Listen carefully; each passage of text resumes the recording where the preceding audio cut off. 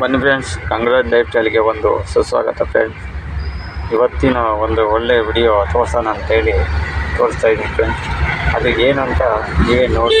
ಒಳ್ಳೆಯ ವಿಡಿಯೋ ಇದು. ಅದು ನೋಡಿ ಫ್ರೆಂಡ್ಸ್, ನೋಡಿದ್ಮೇಲೆ ನಿಮಗೆ ಇಷ್ಟ ಆಗುತ್ತೆ.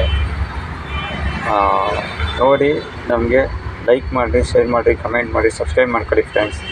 ದಯವಿಟ್ಟು ಸಪೋರ್ಟ್ ಮಾಡಿ ಫ್ರೆಂಡ್ಸ್. ಅದೇನಂತ ತೋರಿಸ್ತೀನಿ ನೋಡಿ.